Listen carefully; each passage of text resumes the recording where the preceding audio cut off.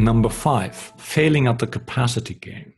The Scrum Master does not address the necessity of slack time by fighting the push for 100% utilization. This often comes from the product owner or probably from the engineering management. Why aren't you taking on more story points, or why aren't you taking on more stories? The problem is that technical excellence is the route to agility. I mean, just have a look at the State of DevOps Report, or my personal suggestion, read Accelerate by Nicole Forsgren and Jez Humble. The Scrum team's effectiveness will be significantly impeded if the team does not address technical debt every sprint. The team will also suffer if there's no time for pairing, mobbing, training, or knowledge sharing. The 100% utilization fetish always reduces the team's long-term productivity. The problem is it's not immediately visible. It's deteriorating over time. So you actually have to make this an issue as early as possible. You have to fight this 100% utilization approach from day one. And if you're not doing this, it's a slippery slope. This utilization rate of 100% is a classic taylorist line management thinking.